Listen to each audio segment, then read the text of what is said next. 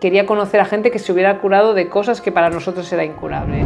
Si había un cáncer incurable y había una persona en cualquier parte del mundo que se hubiera curado, yo iba a buscar qué había hecho. Y empecé a descubrir que había cosas que no habíamos estudiado en la carrera, relacionadas con la alimentación, con la parte psicoemocional, y claro, todo esto me llevó a estudiar más. Y la parte psicológica fue por algo personal, porque yo, aparte de médico, he sido y seguramente seré paciente en algún momento. Toda esta medicina occidental que ha buscado tanto la especialización nos ha traído grandísimos beneficios, sin duda, ¿no? Hemos aprendido muy a fondo de varias cosas, pero quizás lo que nos falta ahora es un poco como aunar las piezas, sobre todo yo diría de las interacciones entre lo fisiológico, lo psicológico. Y también vi que tratando lo emocional muchas veces se consigue curar lo físico. No se pueden separar. Yo no puedo separar esto de esto, ni lo que siento aquí, ni lo que percibo, ni cómo duermo, ni cómo como, no puedo separar nada porque al final el cuerpo es todo lo mismo. Yo como paciente, si voy a un médico, quiero que se esté mínimo media hora conmigo y si no me conoce 1 hora y media o 2. Si no, yo me voy a otro médico. Si los médicos actuáramos así, deberían cambiar el sistema. Si los médicos nos pusiéramos de acuerdo que lo que importa es la salud del paciente, ni tendrían los sueldos míseros que están teniendo, ni les pagarían las miserias que les pagan las mutuas, y lo que es mejor, la atención sanitaria sería mucho más eficiente, habría menos gasto sanitario y a la larga todos nos beneficiaríamos. Parece bastante evidente, ¿no? No creo que se necesite un estudio para saber que la medicina preventiva es mucho más rentable, ¿no? Que darle vitaminitas y cositas a la gente y enseñarle hábitos es mucho más rentable que hacer quimios y que poner trasplantes. Sí, pero hoy en día todo lo que no pasa por la evidencia científica no tiene una acreditación y ya que estamos en esas, pues que hagan estudios. Estaría muy bien que investigaran a esa persona, que a lo mejor va a un médico integrativo. Esa frialdad que se está poniendo entre médico y paciente desde los últimos años le afecta al paciente, pero le afecta al médico también, porque lo vuelve más frío.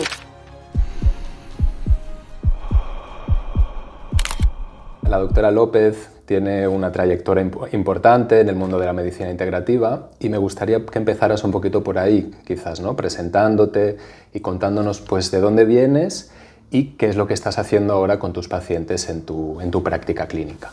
Vale, bueno, yo soy, como bien ha dicho Nuria López Rodríguez, estoy licenciada en medicina e hice la especialidad vía MIR de farmacología clínica, que es una especialidad poco conocida por la gente en general, porque muchas veces me preguntan, ¿pero eso qué es? ¿Farmacéutico? ¿Eres médico? No, somos médicos, y esta especialidad lo que hace es básicamente estudiar todo el tema de los fármacos y participamos en los ensayos clínicos de fármacos nuevos, muchas veces el farmacólogo clínico, al menos en España, acaba trabajando en la industria farmacéutica y poco en el sistema público, pero hay otros países donde es una figura ampliamente valorada porque es necesaria en un hospital un farmacólogo clínico para ver los efectos secundarios de los fármacos, las interacciones, un poco llevar la farmacología a la clínica y no solo desde la clínica llegar al fármaco, ¿vale?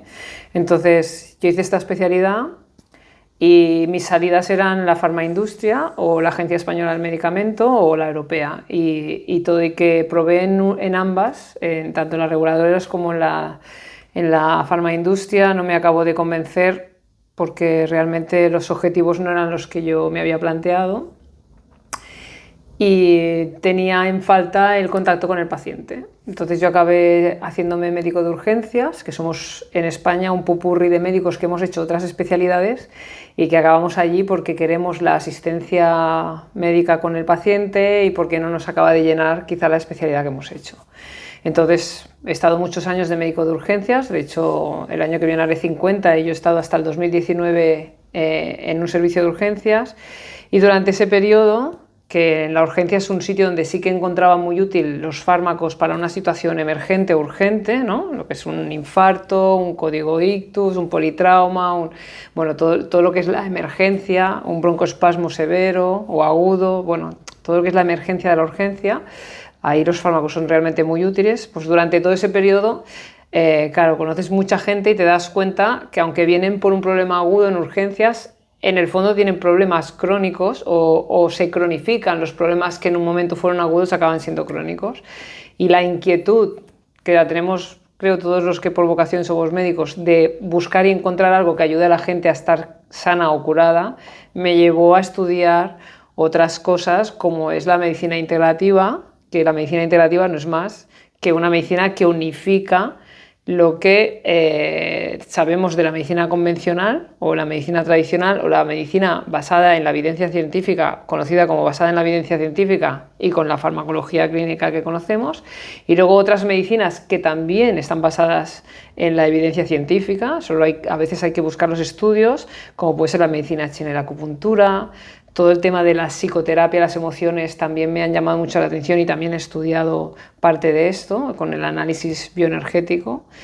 Luego, bueno, he hecho homeopatía, he hecho fitoterapia. Al final he ido haciendo estudios a otros niveles, no tan reconocidos a un nivel universitario en España, pero sí en otros países están reconocidos a nivel universitario. Y esto me llevó que en el 2019 decidí dejar el hospital y montar mi consulta privada para tratar a la gente de forma integral. Y aquí estoy. Aquí estamos en tu consulta. Sí, y a mí lo que más me ha llamado la atención de tu práctica clínica, porque he conocido a varias médicas y médicos integrativos, pues que unen quizás el Ayurveda, la medicina tradicional china o otras disciplinas, entre comillas, alternativas a la medicina alopática, pero en tu caso me llamó mucho la atención de que tú le pones mucho también la parte psicoemocional y que trabajas mucho con el tema de las creencias, ¿no? Yo en algún momento que me atendí contigo y que me acompañaste mucho en mi proceso, una de las cosas que mandas al principio, no sé si todavía, porque hace unos años, es esta revisión de creencias, ¿no? Como qué te cuentas sobre diferentes aspectos de la vida, ¿no? Pues relacionado, que yo ahora recuerde, con la salud, pero también con el dinero, con los padres, con la vida en general. Hablas mucho del miedo también. Entonces, eso es algo que yo no he visto todavía en ninguna médica ni en ningún médico, el aunar la medicina de hospital, la parte un poco más, entre comillas, alternativa o integrativa, que le llamáis ahora, pero también la parte psicoterapéutica. ¿Cómo llegaste al mundo de la psicoterapia, Nuria? Porque tú y yo nos conocimos justamente en una formación de análisis bioenergético, ¿no? Y me pareció muy interesante conocerte desde esa perspectiva, ¿no? Llega una médico, además muy científica, o sea, tu formación de MIR es muy científica, ¿no? Entiendo la farmacología clínica, pero te has metido en estos mundos. ¿Cómo fue tu periplo hasta llegar hasta ahí, ¿no? De la industria farmacéutica a la agencia reguladora, a urgencias, al mundo de la psicoterapia y de la medicina integrativa? Un poco como, si te apetece contarnos. Sí, bueno, lo primero es cómo me salí quizá de la farmaindustria o de la agencia, porque al final cuando hay que decidir si se aprueba o no un fármaco o cómo van los términos políticos o económicos a nivel de un fármaco, es una estructura para mí mentalmente donde no puedo entrar, porque para mí mis intereses siempre son si el paciente puede estar o no curado y si algo cura o no. Y claro, investigar en medicamentos de enfermedades crónicas sin buscar a lo mejor una curación, que es hacia donde cada vez vamos más en la medicina, no me entraba en la cabeza, ¿no? Era como, claro, uno estudia la carrera, cree que, o estudia farmacología, yo en mi caso fue así, pensando, pues yo encontraré algún fármaco o pues que pueda curar la diabetes o que pueda curar, y me di cuenta que me había equivocado quizá del sitio, porque a día de hoy la diabetes sigue sin curarse, por desgracia, ¿no? El SIDA también, todo y que hay gente cada vez que está mejor y que pueden pasar toda su vida casi sin medicarse. O sea, al final ves que es muy difícil conseguir una vía de investigación para la curación, tanto a nivel de la farmaindustria como en las agencias, y me encontré en un sitio que yo estaba fuera de lugar y que había mucho papeleo, mucha burocracia para demostrar cosas y había poca acción, ¿no? Entonces, claro, ahí fue donde decidí, bueno, pues me voy a urgencias de lleno porque en un infarto hay que hacer esto y ya está, en un politrauma hay que hacer esto, y además era una forma también de no ver pacientes crónicos. Ves un paciente en la forma aguda y no tienes que romperte la cabeza de qué forma puedo ayudar a la persona para que no tenga un problema crónico. Pero claro, eso te llega a conocer tanta magnitud de personas que al final dices, bueno, es que tiene que haber otras vías, ¿no? Y durante mi historia en urgencias yo ya empecé a estudiar otras cosas porque quería saber más y sobre todo quería conocer a gente que se hubiera curado de cosas que para nosotros era incurable. Si había un cáncer incurable y había una persona en cualquier parte del mundo que se hubiera curado, yo iba a buscar qué había hecho, ¿no? Era como, y empecé a descubrir que había cosas que a nosotros no habíamos estudiado en la carrera, relacionadas con la alimentación, con la parte psicoemocional, y claro, todo esto me llevó a estudiar más. Y la parte psicológica fue por algo personal, porque yo, aparte de médico, he sido y seguramente seré paciente en algún momento.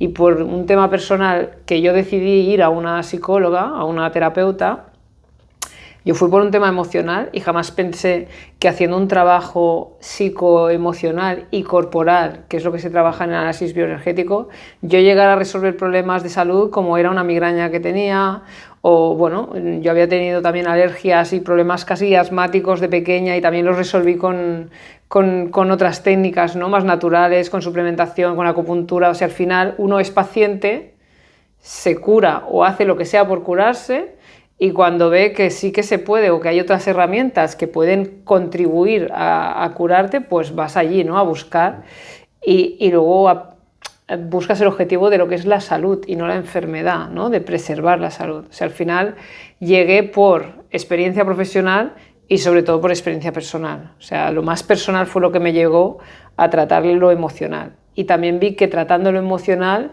muchas veces se consigue curar lo físico, porque no se pueden separar. Yo no puedo separar esto de esto, ni lo que siento aquí, ni lo que percibo, ni cómo duermo, ni cómo como, no puedo separar nada porque al final el cuerpo es todo lo mismo.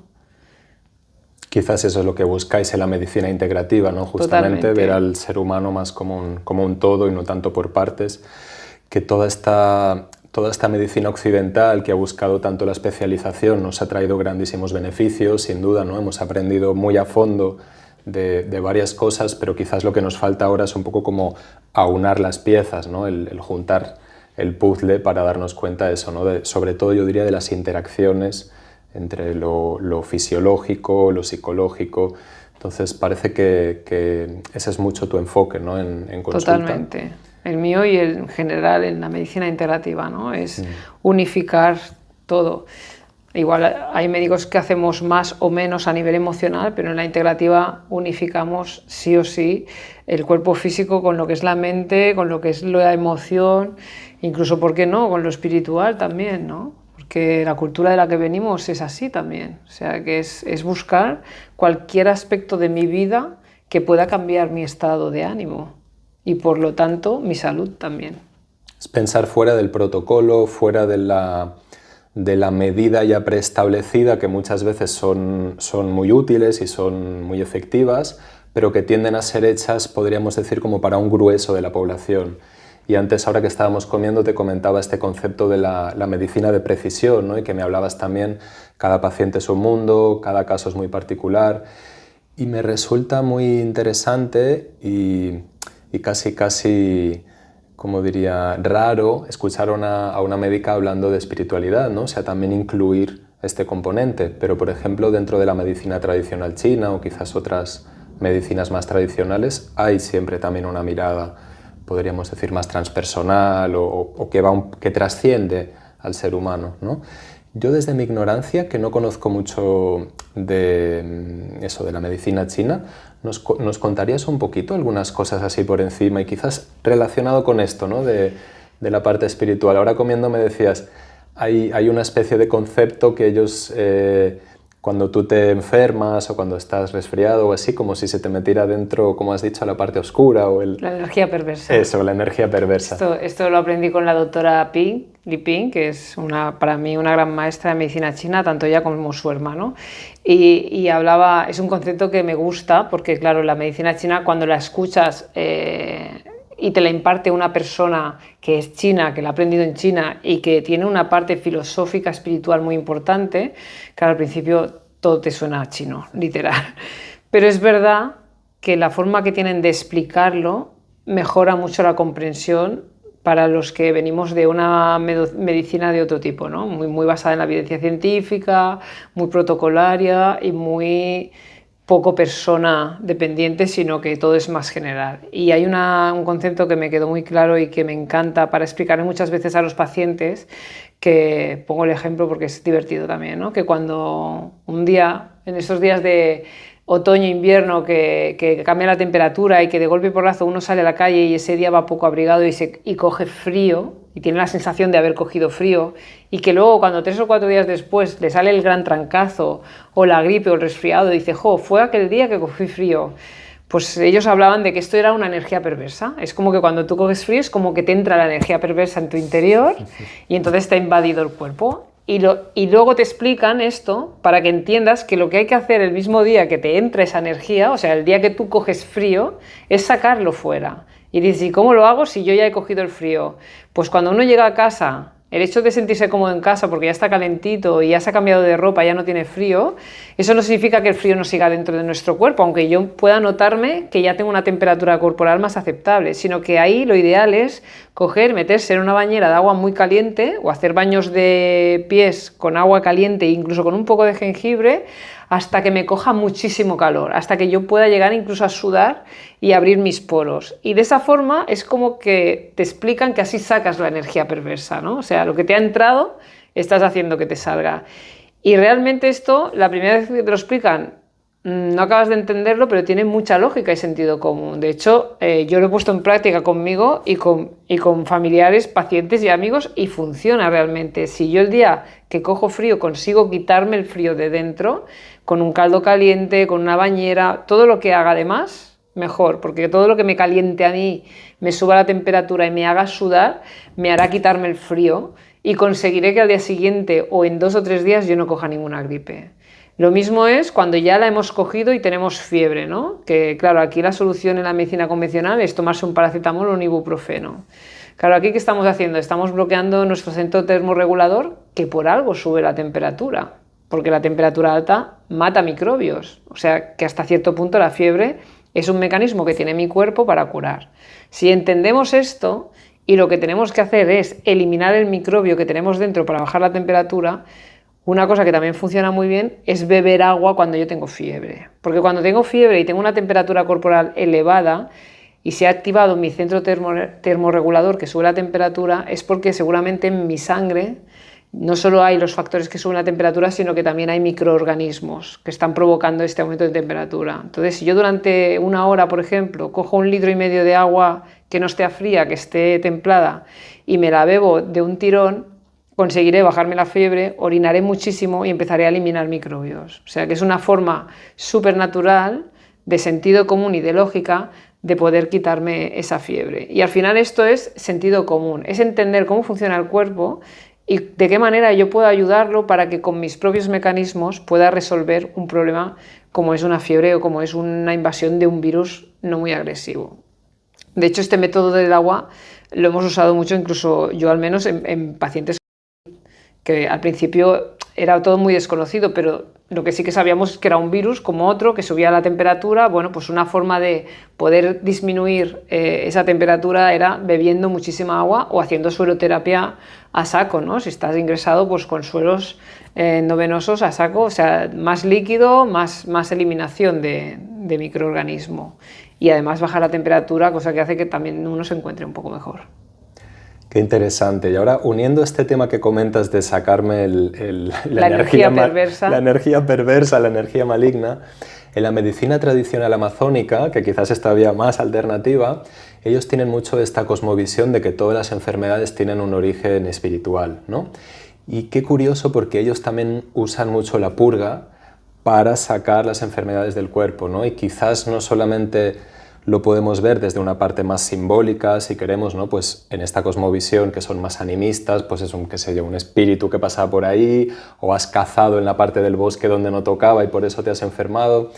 Pero claro, cuando también empezamos cada vez más a darnos cuenta de la importancia de la microbiota, ¿no? Del eje intestino-cerebro, con el hipotálamo, todos estos ejes que están saliendo ahora de los intestinos, que parece como el nuevo destino de moda de la medicina.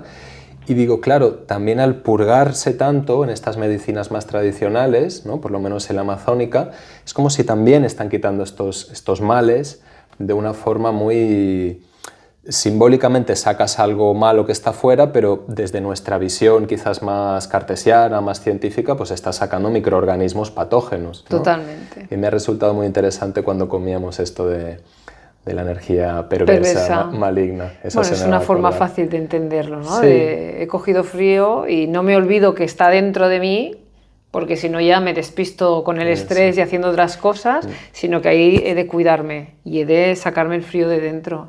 Me lo tengo que quitar. Y ahora me viene esta cosa de la responsabilidad, ¿no? Creo que también algo que aportáis mucho vosotros en la medicina integrativa es que el paciente es un poco menos pasivo y un poco más responsable de su propia salud. ¿Lo ves de esta manera también, Nuria? Porque en algunas conversaciones que hemos tenido me lo ha parecido, ¿no? Como de devolverle al paciente la responsabilidad sobre su vida, sobre su bienestar, y que eso tiene mucho que ver con los hábitos, ¿no? Es decir, no es solo el que me tomo para, que te explicaba antes del doctor Duarte, sino también es un qué hago para mejorar o qué cosas dejo de hacer para no seguir enferma o enfermo. Entonces eso parece que también está mucho en la medicina integrativa y en la que tú propones, ¿no? Esa responsabilidad. Es la clave. La clave es que el paciente sea totalmente activo en su salud. Es la clave. Si no, nosotros poco podemos hacer. Entonces nuestra función creo que es más enseñarle al paciente a tener conciencia de su cuerpo. Y me hace gracia porque esto, por ejemplo, el doctor Abanades, cuando hace juegos de palabras, ¿no? Lo de la conciencia, que es con ciencia, es más ciencia que ninguna otra ciencia para mí. Y es así, ¿no? O sea, es intentar desde un punto como muy humano enseñarle al paciente y tener conciencia de su cuerpo para que vea que él tiene poder de cambiar cosas. Aunque en algún momento pueda necesitar de algún fármaco o alguna atención médica o una intervención quirúrgica o una intervención de urgencias. Una cosa no quita la otra. Creo que todas pueden convivir y que todas se pueden hacer para potenciar. Pero es que además una persona que aún no ha enfermado de forma preventiva, el hecho de tener conciencia de su cuerpo le puede evitar muchos problemas de salud en un futuro. ¿Haciendo qué? Previniendo. ¿Y cómo puedo prevenir yo? Conociéndome yo. No tanto una carrera de medicina, ni muchísimo menos, sino escuchando mis necesidades, escuchando si mi estómago le sienta o no le sienta bien, qué le sienta mal, lo que bebo, lo que como, si fumo, si no fumo, si esto me hace feliz, si no. O sea, es un todo de tener conciencia. Si yo consigo cuidarme a ese nivel, el riesgo de padecer enfermedades siempre será mucho menor. E incluso el riesgo de que se cronifiquen también bajarán. Y las posibilidades de que yo me cure antes también aumentarán. O sea, es un todo, ¿no? Al final, en la integrativa lo que queremos es trabajar más sobre la salud y quizá no tanto sobre la enfermedad, que no es que no queramos trabajar sobre la enfermedad, sino que creo que la mejor manera de prevenir que haya más enfermos o más enfermedades crónicas o el grandísimo gasto sanitario que podemos llegar a tener en todos sitios por culpa de la cronicidad, eso disminuya. Y la única manera es enseñar la prevención ya desde las escuelas. A los niños habría que enseñarles. Insisto que no tanto desde dentro. O sea, nosotros hemos venido al mundo con este cuerpo sin abrir nuestra piel, sin ver los órganos por dentro ni nada. Y antiguamente también tenían su cuidado. Está bien que el que hace ciencia quiera ver hasta en un microscopio electrónico cualquier cosa que no se nos escape, ¿no?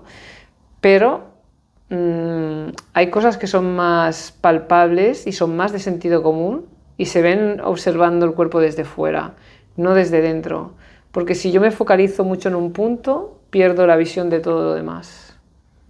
Y ahí es donde creo, en general, mis compañeros igual, algunos opinarán diferente, pero en general, por los congresos a los que vamos de medicina integrativa, aunamos en esta parte, ¿no?, de la prevención. Y a mí me ha gustado mucho tu enfoque, porque cuando yo te vine a ver la primera vez, te vine con esta analítica de 15 o 20 páginas que me había mandado un médico de aquí a Barcelona. Vine con mis 20, 30 suplementos que tomaba, ¿no? Y tú así con mucho cariño casi te echaste las manos a la cabeza de que a veces cuando entramos en este mundo de la prevención, de querer estar más saludables, los que tenemos esta tendencia caracterial un poco más obsesiva, pues entramos un poco como elefante en cacharrería, ¿no? Y nos lo queremos llevar todo por delante. Y me resultó muy, muy interesante también en futuras consultas contigo cuando me has dicho, yo no recomiendo tantas analíticas, ¿no? O quizás ya al principio me dijiste, bueno, estás tomando muchos suplementos, estás sobresuplementado, quizás vamos a bajar algunas cosas, no conocemos las interacciones, ¿no? Es todo un mundo también bastante nuevo, la suplementación. Y me resultó muy interesante este enfoque quizás un poco más simple, que no sencillo, sino simple, ¿no? Simple de simplificar, de esto que tú me comentabas ahora también de quizás no tiene sentido, hablábamos de las ondas electromagnéticas y tú me decías, a ver, eso va a estar y quizás lo mejor que podemos hacer es adaptarnos, ¿no? Y no siempre vamos a tener o no lo tenemos todos como oportunidad de hacernos analíticas larguísimas y a veces salen cosas que quizás después no te las puedes tratar o que yo me he encontrado de ir con estas analíticas enormes al médico que me las mandó y decirme, bueno, esto sí, está desajustado, pero bueno, tranquilo, ¿no? Como que a veces tampoco no hay una visión global de lo que está pasando y que quizás puede ser incluso contraproducente, ¿no? Como el mirar tanto la salud. Al menos creo que para mí, que he estado mucho en ese camino, quizás lo ha sido. Y sobre todo lo que me llamó mucho la atención es esta cosa de las creencias. Y me gustaría mucho entrar en eso contigo, ¿no, Nuria? Porque me rompiste mucho el coco cuando dije, ostras, pero esta médica que sabe tantas cosas, que ha estudiado tanto, que sabe tanto de suplementos y de medicina integrativa, y me está diciendo, no, esto quizás no es tan importante, no es que no lo sea, pero quizás no pongamos tanto el foco aquí, sino vamos a ver cómo piensas, vamos a ver cómo te cuentas la realidad. Y yo que cuando te conocí ahora llevo 15 años de psicoterapia, pero tu enfoque fue muy curioso porque fue decir, ¿cuáles son las creencias que están gobernando tu vida? Y eso fue para mí un cambio importante, ¿no? Y todavía tengo ahí colgado la reformulación que hicimos de creencias, no sé si le llamas así, pero bueno, sí. la revisamos y después como que le pusimos como un antídoto, dijésemos, ¿no? Y eso es algo que también me he llevado yo a la terapia que ofrezco porque me parece muy interesante. ¿Qué te ha llevado a poner tanto el foco en este tema de las creencias? Bueno, Nuria? aquí también de nuevo tuve una gran maestra que era la doctora Ruiz, Mar Ruiz, y que ya cuando habla de psiconeuro, conocemos mucho los másters de psiconeuroinmunología, que muchas veces son de esto de pedir un montón de analíticas, dar los 50.000 suplementos. Por suerte esto está cambiando, ahora ya se están haciendo másters de medicina integrativa. De hecho, este año va a empezar uno en concreto de doctora Banales, que para mí va a romper los esquemas con todo, porque justamente quiere romper con eso, quiere ir hacia la prevención y hacia la toma de conciencia.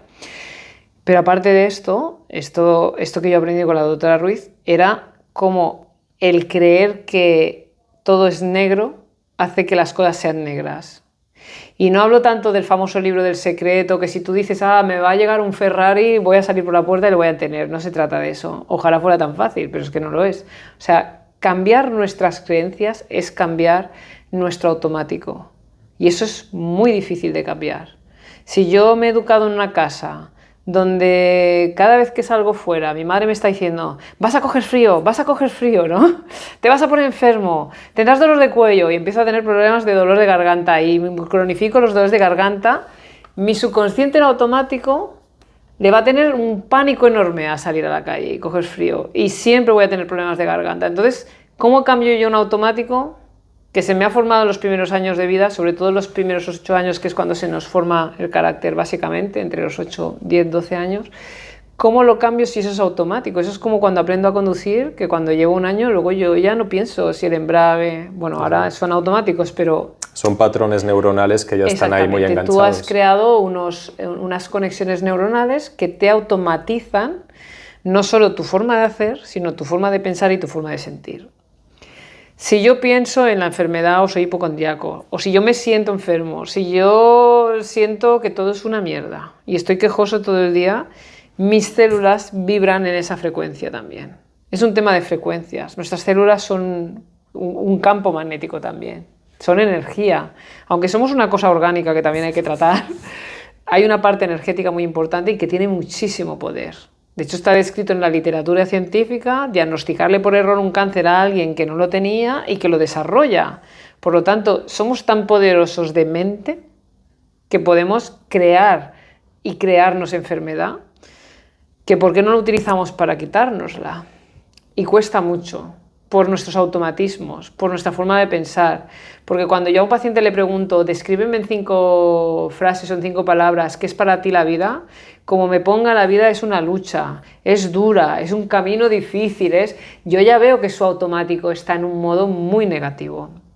Cuando la vida no es eso. Eso es una forma que yo tengo de vivir la vida, pero la vida es muchas otras cosas.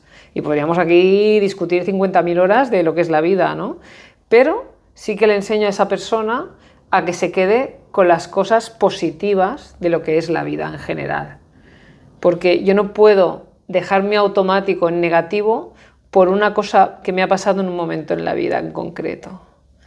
Yo si he tenido un trauma en un momento puntual de mi vida o si he tenido una relación amorosa que me ha dejado destrozado, yo no puedo luego decir que las parejas son horrorosas, que los hombres son horribles, que la vida es horrorosa, porque entonces piensas, bueno, a ver, tú tienes ya 40 años o 50, ¿cuánto tiempo duró esto? 5 años, ¿vas a vivir el resto de tu vida anclado a una emoción negativa de esos 5 años? Se absolutiza, enfermarás. ¿no? Seguro enfermarás. Todo va a ser así ya siempre. Exactamente, enfermarás seguro. En cambio, el que tiene la actitud súper positiva, está siempre pensando que todo tiene solución, que yo entiendo que esto es imposible porque hay momentos en que uno dice, ¡buah!, ¿no?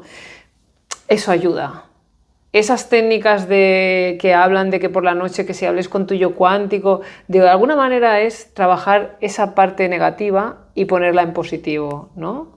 De decir, bueno, a ver, esto es lo que hay, el problema X, ¿cómo me puedo ocupar de esas cosas? No preocupar, que es anticiparse a una cosa que no ha pasado aún o que no he hecho, y voy a buscar la manera de ocuparme, y voy a buscar herramientas que me ayuden, y voy a pedir ayuda, y voy a pedir a mis amigos, o a mis médicos, o a mis terapeutas, o a mi peluquera, me da igual, a quien sea, que me ayude con esto, ¿no? Y saber dónde tengo las limitaciones, pero sobre todo no ponerlo todo en un pozo negro y un pozo vacío.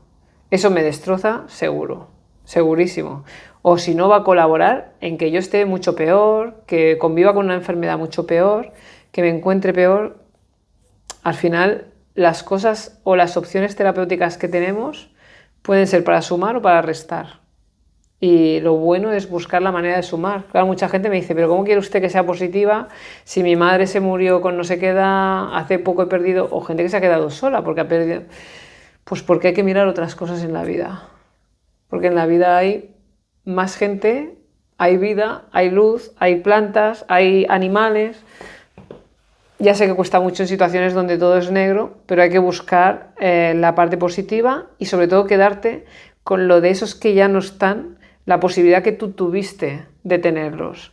Porque cuando estamos muy mal con un duelo y echamos mucho de menos a alguien que ya no está, y eso nos duele tanto, es porque esa persona nos ha dado mucho durante mucho tiempo. Si no, no me dolería nada. O sea, el dolor es una muestra de que ha habido algo muy bueno antes. Eso es muy importante. Entonces, muchas veces le digo a la gente, quédate, ¿cuántos años de tu vida son? No te quedes con la ventana del presente de ahora, porque tú has estado a lo mejor 20 años con esa persona, o 10, o 15, y estamos en un momento ahora puntual, donde de ahora en adelante lo que hagas y cómo te sientas, o cómo te sientes, va a proyectar tu futuro. Y es bueno llorar el dolor de una persona, es bueno estar triste también, forma parte, hay que desestancar el hígado, como dicen en medicina china, ¿no? O sea, forma parte todas las emociones de la salud de una persona, pero no podemos quedarnos estancados en eso, nunca. Es bueno seguir adelante y es bueno ver las cosas buenas que me da la vida, y si no, las tengo que buscar. Ampliar la mirada. Yo creo que a la que uno abre los ojos un poquito más, como decía Facundo Cabral, no estás deprimido, estás distraído. Y ahí pues es eso, ¿no? Siempre tenemos un poco de salud, casi siempre tenemos a alguien que nos quiere, estamos en un lugar donde no hay un desastre natural, donde no hay guerras, tenemos conciencia, ¿no? Es decir, siempre hay cositas para agradecer, siempre va a haber algo que yo pueda mirar que está bien y también siempre va a haber algo para mirar que esté mal. Entonces es una elección, ¿no? Sí, yo contigo aprendí mucho eso, como yo te veía cuando íbamos a comer juntos en la formación y pensaba, Nuria tiene como una intolerancia a la negatividad, ¿no? Así como la gente que no le sienta bien el gluten. Al mal rollo. Y había una compañera que tenía un poquito esta tendencia, a veces se enganchaba, o yo también a veces me enganchaba, y tú eras siempre muy tajante, ¿no? No, porque tal, y es como dije, qué importante sería poder como ponerme una Nuria dentro, ¿no? Que me diga, no vayas por ahí, no entres en la queja, no vayas a lo negativo, sino mira hacia, los americanos dicen el bright side, ¿no? El lado brillante, el lado con luz, porque siempre lo hay. Y esto, por ejemplo, en países que tienen una trayectoria de mucho dolor a lo largo de muchos años, por ejemplo Colombia, que es un país al que he viajado bastante, y dices, esta gente han vivido guerras, masacres, hambrunas, desastres naturales, pero su actitud siempre es de mirar hacia el lado de la vida, ¿no? Es como decía también, como cantaba esta mujer, Violeta Parras, ¿no? Ya me saldrá, pero decía, voy hacia la vida, antes iba hacia la pinche muerte, ¿no? Como que mucha gente van sin darse cuenta a través de sus pensamientos, pero también de sus actos, ¿no? De cómo se alimentan, Totalmente. de cómo descansan, de cómo se mueven.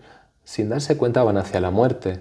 Y quizás eso es el gran trabajo también con el mundo de las creencias, ¿no? El ir a lo inconsciente, a qué te está llevando hacia ahí.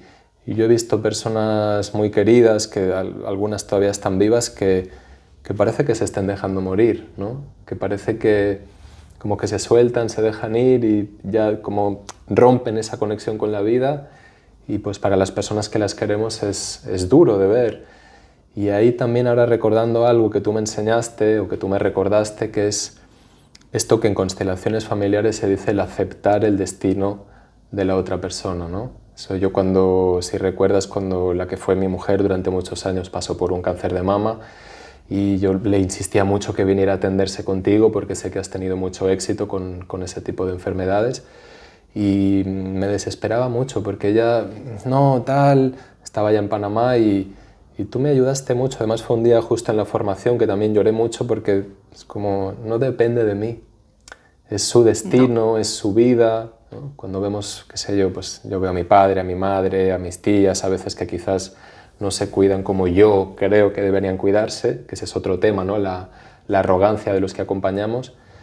Y es difícil aceptar que hay personas que no quieren caminar hacia la vida o que tienen muchos impedimentos, quizás inconscientes o a nivel de creencias muy profundas, ¿no?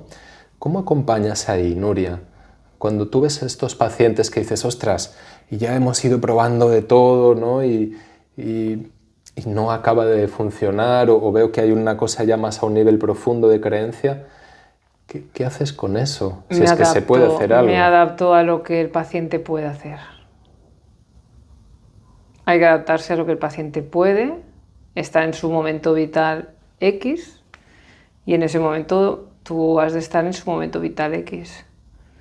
No se puede obligar a nadie a hacer nada que no está preparado para hacer.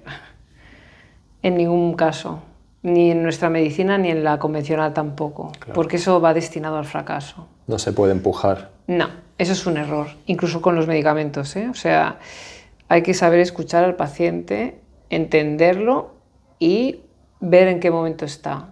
A veces empiezas con un paciente que no está dispuesto a hacer ningún cambio o pocos cambios. Yo ninguno es raro, porque yo un paciente que no haga ningún cambio probablemente le invitaré a que vaya con otro profesional, porque yo no lo voy a poder ayudar desde mi forma de ver la medicina, ¿vale? O la salud. Pero hay pacientes que piensas, bueno, está en el camino o en algún momento puede hacer algún cambio, y poco a poco, ¿no?, los vas acompañando en su camino. Para nada los llevo al mío, porque yo no soy ellos tampoco. Y ni ellos son yo, ni han vivido mis experiencias, ni yo las suyas. Entonces, a veces es difícil porque es lo que tú dices, ¿no? Y pretendes, te sientes impotente porque te gustaría que esa persona pudiera hacer algo que tú crees que le puede ir bien. Pero eso también es un trabajo a hacer personal, es un tema de ego. Yo no tengo la verdad absoluta, para nada, nadie la tenemos, y de humildad. De decir, bueno, él llega hasta ahí, está bien, ¿no? Yo a veces también me vienen madres o padres desesperados porque les gustaría que sus hijos hicieran y no hacen y dan la vida por ellos. Digo, no, aquí hay que hacer el efecto mamá pato, que digo yo, que es que aunque tú los acompañas, ellos van detrás.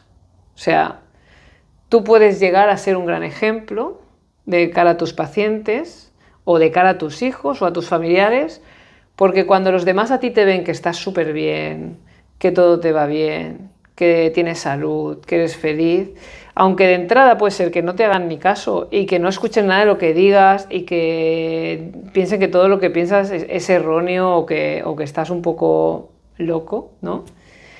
Cuando uno no insiste en enseñar, sino que enseña desde la no insistencia, los demás a veces te dan así por la espalda y dicen, explícame esto, porque te ven bien. Y entonces ya hay otra puerta abierta, ¿sabes? No hay que ir detrás de, sino ser más la mamá pato. Ya vienen detrás. Si ven que tú tienes un ritmo bueno y vas bien, ya te pedirán. Y irte adaptando y a lo mejor dejar cosas a cuentagotas. Mira, prueba esto, a ver qué tal. Sí, sí. Poco a poco. El predicar definitivamente no sirve, ¿no? Ahora también comiendo hablábamos, tú decías, bueno, está muy polarizado. Yo te decía, los médicos seguís siendo, dentro de la sociedad, seguís teniendo mucho poder en el inconsciente colectivo, ¿no? Me refiero a que os ponemos en un lugar, pues eso, habéis estudiado muchos años, tenéis una práctica, como el que sabe, ¿no? O la que sabe, el papá, la mamá que está ahí, que me va a ayudar a mí, ¿no? Nos ponemos muy pasivos. Y tú me decías, bueno, esto está cambiando, ¿no? También hay un sector de la población que quizás se ha ido al otro lado, y eso lo vemos mucho en psicoterapia, cuando se idealiza a alguien, eso al inicio de los procesos lo decimos mucho, ¿no? Cuando los pacientes, los clientes en terapia nos idealizan, es como, bueno, a más me subas del pedestal, más voy a caer después. Quizás con los médicos os está pasando un poco eso, ¿no? Que durante muchísimos años habéis estado en un lugar muy, muy alto en la sociedad, ¿no? Se os ha dado mucho valor, se os ha dado como toda la credibilidad, y ahora hay un sector de la población como que si os hubiera cortado la cabeza y hubiera dicho, no servís para nada, no sabéis nada porque no os actualizáis y probablemente los que hacéis medicina integrativa estéis, yo creo, como en un lugar en tierra de nadie. En tierra de nadie y a la vez quizás recuperando la dignidad de la profesión médica, ¿no? Que probablemente para mí es una de las profesiones más importantes junto con la de maestro, y que creo que al institucionalizarse de una forma tan rígida, si me permites, ¿no? A través de, pues qué sé yo, de los protocolos, de los colegios, de las organizaciones, no sé qué, quizás ha habido un poco de rigidez. Y eso no ha permitido ir más a lo personalizado o se ha vuelto como muy estanco el mundo de la medicina, ¿no? Muy, muy poco permeable, y quizás esa es un poco la acusación que hay personas que hacen, probablemente de una forma poco amable y igual muy vehemente.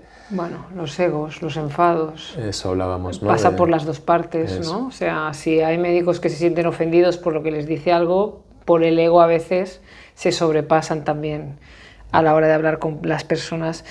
Aquí el tema es el contacto físico, que es lo que estamos perdiendo desde la misma institución, las nuevas tecnologías, los ordenadores. Yo aún recuerdo el día que nos pusieron un ordenador entre el paciente y el médico, ¿no? En una consulta. Eso para mí ha sido un gran error. O sea, de hecho hay algún país que se adoptaron a un pinganillo para no perder el contacto con el paciente. El médico explicaba o quedaba todo grabado y había otra persona que lo escribía. Eso, ya que usamos las nuevas tecnologías, utilicémoslas a favor nuestro, no en contra. Porque de alguna manera para mí todo esto las estamos utilizando en nuestra contra. Es tiempo que perdemos de poder estar con el paciente. Claro, si un médico de cabecera tiene 10 minutos para visitar a un paciente, entre 7, 10 o 12, depende del centro de atención primaria, tiene un ordenador, tiene que abrir la ficha, tiene que poner su nombre, tiene que hacer la receta, o sea, ¿cuándo tiene el médico tiempo de poner al paciente en la camilla y ponerle un fonendo encima? ¿Cuántos pacientes van al médico de cabecera y el de cabecera no le puede poner ni el fonendo porque no tiene tiempo? Entonces, ¿eso es culpa de los pocos tiempos que tenemos? No tanto, porque a lo mejor en 10 minutos, si yo no tuviera que atender un ordenador, igual podría explorar más al paciente y tener contacto. Pero si no lo tienen, ¿cómo lo hacen? ¿Cómo lo haces en urgencias? Cuando vienen de golpe 4 personas en estado grave y has de decidir a quién coges primero. Es inviable. Entonces, esa frialdad que se está poniendo entre médico y paciente desde los últimos años le afecta al paciente, pero le afecta al médico también, porque lo vuelve más frío, vuelve más fría al personal sanitario. y esto crea esta sensación, ¿no? de este médico pasa de mí, ¿no? Normal, hay un sobrevolumen de trabajo, que yo no estoy justificando para nada que se deba de hacer así. De hecho, yo me salí del sistema en parte por esto. Si yo me salí del sistema es porque me negaba a ver una persona en 10 minutos. Yo necesito una hora y media, si es una primera visita, igual 2. Yo no puedo en 10 minutos ver a nadie. Puedo verte si ya te conozco, si ya eres paciente mío y me dices, oye, hoy me he levantado con fiebre, pásate un momento que te ausculto. Pues a lo mejor en 10 o 15 minutos tendré un diagnóstico porque ya te conozco. Pero de entrada no es un tiempo viable para hacer un buen diagnóstico. Entonces, yo como paciente, si voy a un médico, quiero que se esté mínimo media hora conmigo y si no me conoce 1 hora y media o 2. Si no, yo me voy a otro médico. Entonces, si los médicos actuáramos así, deberían cambiar el sistema. Si los médicos nos pusiéramos de acuerdo que lo que importa es la salud del paciente, ni tendrían los sueldos miseros que están teniendo, ni les pagarían las miserias que les pagan las mutuas, y lo que es mejor, la atención sanitaria sería mucho más eficiente, habría menos gasto sanitario y a la larga todos nos beneficiaríamos. Pero eso pasa por hacer cambios. Es un cambio de chip, ¿no? Para todos. Totalmente. También y no es para fácil, También para los pacientes, porque nos hemos acostumbrado a la seguridad social, que es gratis, a la mutua. Y claro, es lo que tú dices, en la seguridad social, que no es gratis, los médicos habitualmente estáis sobreexplotados, en las mutuas casi que también, porque como dices, cobran miserias, y después pues entender eso, que toca ir a un médico y a veces pagar por 1 hora de visita 100, 150 euros, que es lo que toca pagar, todavía nos cuesta, ¿no? Y quizás pagar esos 100, 150 euros nos va a ahorrar después tratamientos más largos, es decir, nos va a ahorrar enfermedad y nos va a dar salud. Bueno, pero es un cambio de chip muy radical. Nos gastamos 1.000 euros en un móvil, a veces. Es un tema de prioridades. Totalmente. Y para mí la prioridad es la calidad de vida. Si yo estoy sano y puedo trabajar, pues podré cotizar, con mis impuestos podré ayudar a hacer otras cosas y mejorar mi lugar donde yo vivo, ¿no? O sea, al final es una suma de cosas. Ahora, claro, si no le damos prioridad a esto, ¿a qué estamos dando prioridad? ¿No? Al final es que incluso se deberían de hacer estudios económicos de esto, que no se hacen. Pero parece bastante evidente, ¿no? No creo que se necesite un estudio para saber que la medicina preventiva es mucho más rentable, ¿no? Que darle vitaminitas y cositas a la gente y enseñarle hábitos es mucho más rentable que hacer quimios y que poner trasplantes. Sí, pero hoy en día todo lo que no pasa por la evidencia científica no tiene una acreditación y ya que estamos en esas, pues que hagan estudios, que los hagan. Sí. ¿No? Estaría muy bien que investigaran a esa persona, que a lo mejor va a un médico integrativo y que vean en los años siguientes de salud cómo evoluciona, cuántas veces necesita o no un sistema público, cuántas veces entra a urgencias, cuántas veces le tienen que hacer radiografías, resonancias, analíticas y que comparen, ¿no? Esto se podría hacer, un estudio comparativo. Pacientes que utilizan un tipo de medicina o que utilizan otro tipo de medicina. Y no es o una o la otra, es integrarlo todo. Si yo no digo que yo he trabajado en urgencias, sé lo importante que es un hospital y lo que es la medicina convencional para según qué cosas, situaciones o enfermedades. Pero lo más importante es prevenir. ¿Dónde está la medicina preventiva? ¿Dónde queda? ¿Cuántas personas buscan ir a un médico preventivo o de forma preventiva? Para muchas personas probablemente es un concepto nuevo. Totalmente, que no han escuchado, ¿no? Pero es la clave. ¿Y por qué no hacemos algo en las escuelas?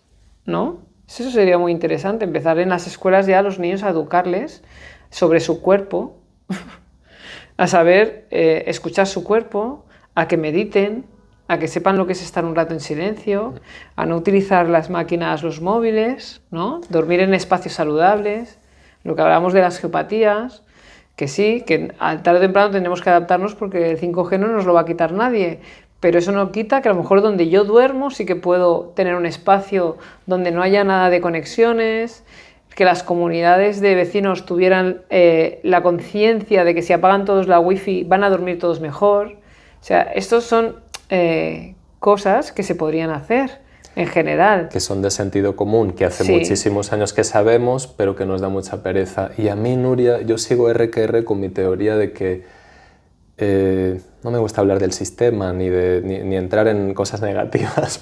Muy bien. así me ahorro la bronca.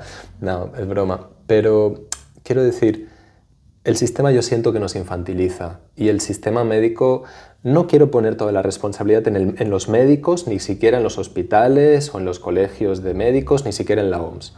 Creo que es compartida y que nosotros también nos ponemos muy como niños pequeños. Y es un poco como decir, no, pero si a mí nadie me dice que me tome esto, no me lo voy a tomar. Si a mí me venden azúcar en el supermercado, ¿por qué no lo voy a tomar? Si todo el mundo bebe mucho alcohol, ¿por qué no lo voy a hacer?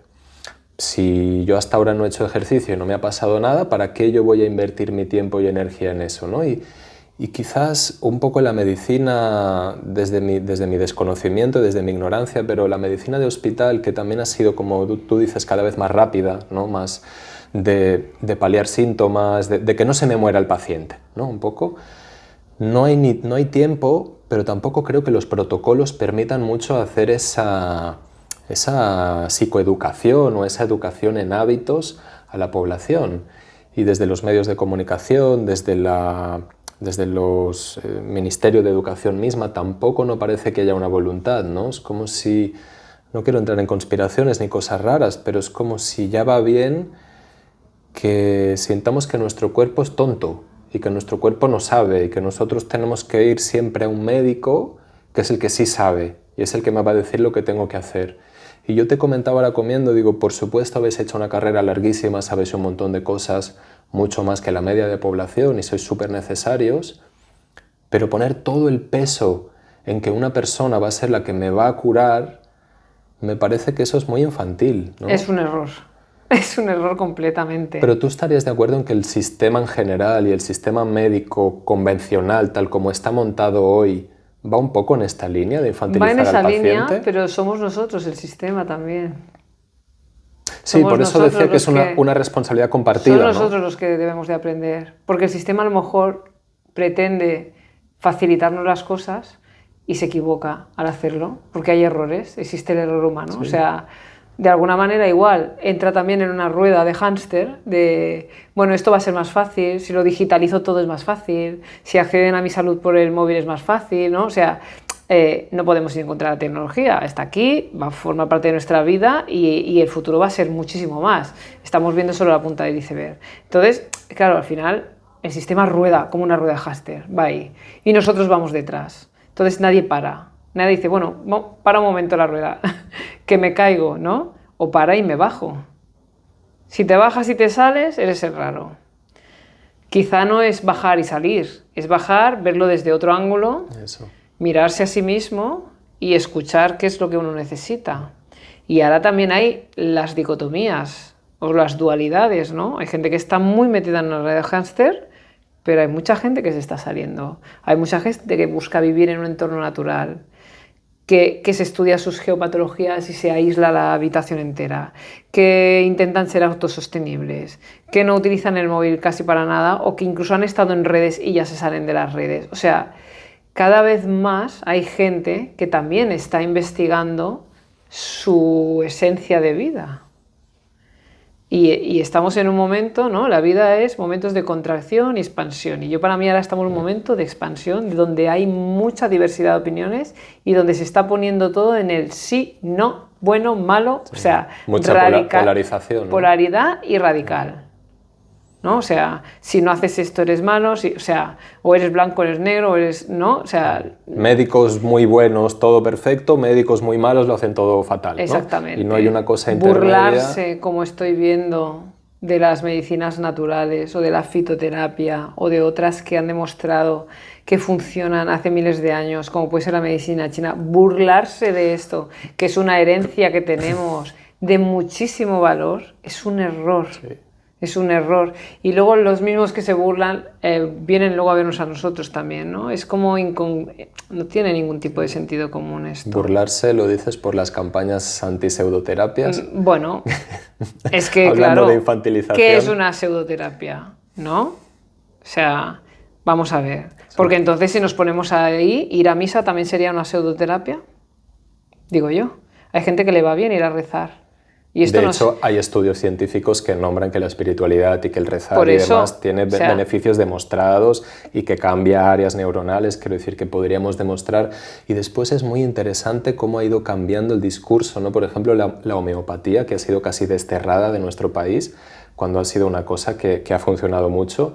Y yo recuerdo ya hace quizás más de 12, 15 años en el Colegio Oficial de Médicos de Lleida, donde yo vivo, la sección de terapias naturales, que en su momento existía, supongo que ya la han eliminado, trajo a diferentes profesionales para hacer conferencias donde mostraban estudios científicos, pues por ejemplo de la homeopatía, de la medicina tradicional china, concretamente de la acupuntura, y esas médicas y médicos enseñaban sus estudios.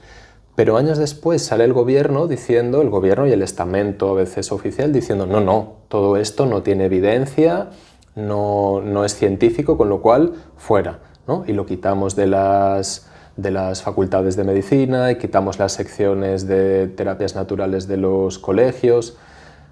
Ha habido un giro bastante radical, ¿no? En este sentido. Aquí sí, no en todos sitios. Claro. Pero Quizás sí, ha sido aquí en sí. el momento en el que ha empezado a haber un auge y más gente se ha preguntado y más gente ha querido salir. Polaridad. Eso. Polaridad. Sí. Si se Como empieza, que tiba, ¿no? Una cosa claro, con si la se otra. empieza a consumir mucha más homeopatía o productos naturales y se deja de consumir según qué fármacos, hay una polaridad. El que dice, no, como los fármacos no hay nada, esto tiene evidencia científica y con esto hago estudios, y lo otro como la homeopatía, que si es placebo, que si no hay nada. Bueno, ahí también tendríamos discusiones importantes, pero insisto, o sea, si a una persona ir a misa le va bien, ¿por qué no se cuestiona también como pseudoterapia el ser religioso? O el ir a Lourdes, o el ir a misa. Esto no se cuestiona.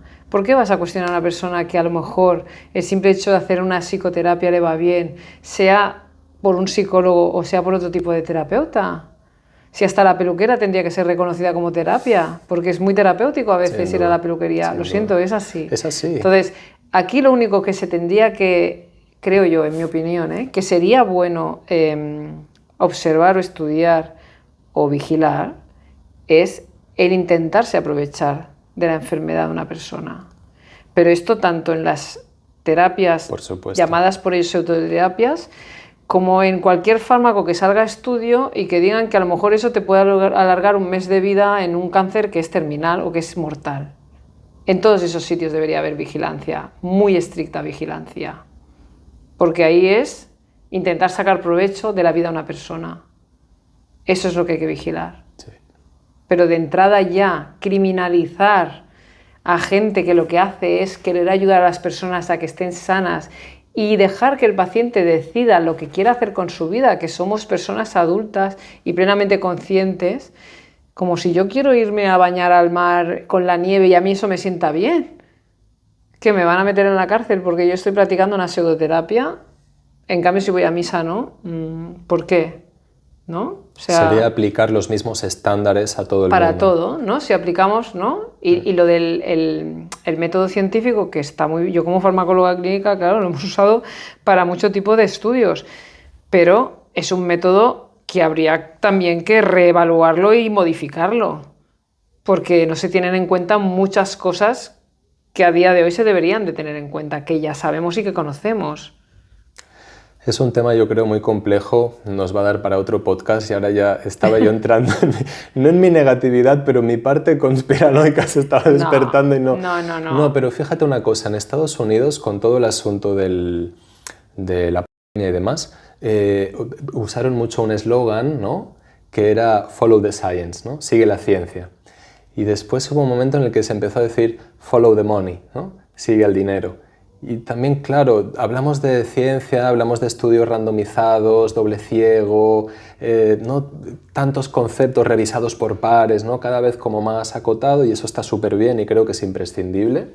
Yo creo en el método científico como parte de una explicación a la realidad, pero no creo que lo pueda explicar todo todavía. Entonces creo que ahí hay que abrirse también a otras ciencias. Pero lo que intento decir es... Y no te voy a pedir que te comprometas en eso, pero habiendo estado en industria farmacéutica, en agencias reguladoras y tal, más allá del estándar científico, también hay que ver quién está poniendo el dinero, ¿no? Para esos estudios. Y siempre va a haber un bias, ¿no? Siempre va a haber ahora no me sale en español, en catalán es esbiaix, ¿no? Una mirada sesgada. Un sesgo. Un sesgo. Entonces, quizás no creernos tan a pie juntillas algo porque lo dice un estudio, ¿no? Que muchas veces después no son replicables o muchas veces después vas a ver quién lo ha financiado y conflicto de cosas... intereses. Esto es lo que llamamos el conflicto de intereses. Esto lo explica muy bien el libro de Medicamentos que matan y crimen organizado de Peter Gotch. Es un gran libro donde hay muchos datos de verdad, de denuncias y de demandas millonarias que se han ganado contra la industria, donde se demuestra claramente que muchas veces ha habido un interés. De hecho, mirar las películas de la oxicodona o de los opioides, ¿no? O sea, muy bestia la crisis esta, claro, opiáceos. Todo esto ha existido y parece mentira que aquí en España, sabiendo lo que sabemos que ha pasado en Estados Unidos, ahora esté aquí de moda utilizar parches de opioides. Wow. Los opioides no quitan el dolor, anulan la sensibilidad del dolor. Me drogan para no sentir dolor, pero la causa del dolor no me la están quitando. Como las benzodiazepinas para la ansiedad. Bueno, ¿no? Aquí se debería de profundizar mucho más, ¿vale? Y insisto, no es una crítica al médico pobre que lo da porque no tiene más recursos y porque tiene que dar eso, porque no sabe nada más, o porque no conoce nada más, o porque no tiene más tiempo. Y al final lo que necesitamos es que esa persona en ese momento dado no tenga dolor. Yo he utilizado derivados mórficos en urgencias si me ha hecho falta y he usado cortisona. ¿Por qué? Pues por urgencia, por falta de tiempo, por y las afortunadamente necesidades. Que están exactamente, todos los medicamentos. Y las sigo usando si es necesario. Pero si uno tiene más tiempo y más paciencia, que por eso son pacientes, y con el paciente se contacta, hay un contacto físico y hay un feedback entre el médico y el paciente, se llega mucho más lejos. Y eso lo estamos perdiendo en la medicina convencional. Y eso es lo que sería bueno que la gente buscara y reclamara en general, porque de alguna manera también ayudas a que el médico pueda cambiar. Es un trabajo de todos. Los médicos también deberíamos luchar más por nuestras situaciones laborales. Digo médicos y quiero decir enfermeros, celadores, o sea, auxiliares, que a veces no los nombro porque hablo de médicos, pero para mí son todos, todo el personal sanitario en general, ¿no? Las condiciones en las que trabajan son pésimas, son trabajos donde todo lo que ves es negativo. Yo que hablo siempre de las influencias del automatismo. Si tú estás en un sitio como un servicio de urgencias, que suelen ser zulos, sin luz natural, cuando la luz artificial se ha asociado con el incremento del cáncer. Hay estos estudios con enfermeras y el 50% de incremento del cáncer de mama. Los cambios de horario, los turnos nocturnos o los correturnos, el estar viendo siempre gente enferma. Eso es muy negativo y no hay nada que te compense. Y hay países que la gente que trabaja de noche se le quita años laborales porque disminuyes los años de vida. O sea, todo esto se debería de tener en cuenta, porque si no cuidamos el personal sanitario, nuestra sanidad no va a ir bien. Y los pacientes tampoco. Pacientes que acaban pagando dos sanidades, la pública, la privada. Doblamos las visitas. Voy a la pública, voy a la privada. Pero acabo teniendo que volver a la pública porque si no hay registro de lo que me pasa. O sea, estamos provocando un incremento del gasto brutal. Y si hablamos de números, esto... Es una locura. Bueno, si queremos empezar por los números, ahí podríamos cambiar muchas cosas, ¿sabes? Pero al final, como hay cosas que yo no puedo cambiar, ni tú tampoco, ni el paciente tampoco, preocuparse de algo que yo no puedo modificar es un error. Entonces, es mejor centrarse en qué puedo cambiar yo mime conmigo, yo con mi cuerpo y yo estar sano. Y si yo estoy bien, luego ya iré a ver qué puedo hacer de cara afuera. Pero primero yo. Egoístamente no, sanamente. Y desde ahí se puede compartir, ¿no? Pero es mi área de influencia o mi área de acción es esta personita que soy. Y centrarme sobre todo siempre en lo que puedo cambiar.